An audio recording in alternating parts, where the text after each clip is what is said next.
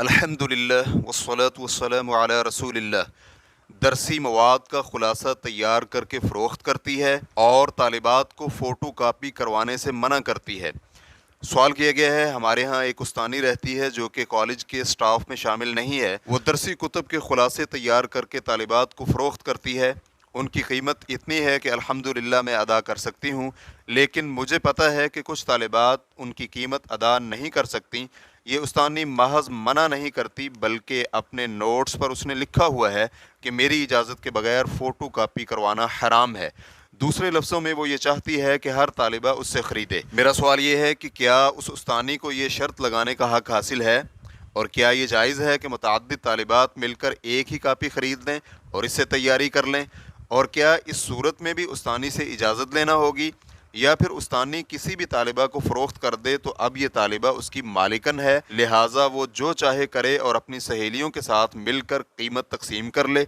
کیا خریدار کو اپنی خریدی ہوئی چیز کے بارے میں مکمل اختیار نہیں ہوتا؟ چنانچہ اگر میں کتاب کی قیمت کسی اور شخص کے ساتھ بانٹ لوں تو کیا یہ جائز نہیں ہوگا؟ الجواب بعون اللہ سبحانہ و تعالی۔ اس مسئلے کا تعلق حقوق نشر و اشاعت اور ایجاد سے ہے۔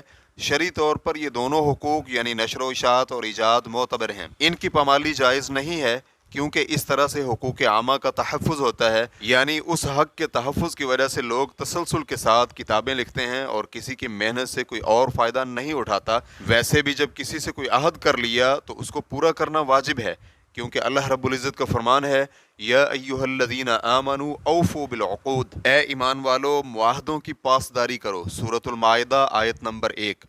اسی طرح رسول اللہ صلی اللہ علیہ وآلہ وسلم کا فرمان ہے، مسلمان اپنی شرائط کی پاسداری کرتے ہیں، ابو داؤد حدیث نمبر 3594۔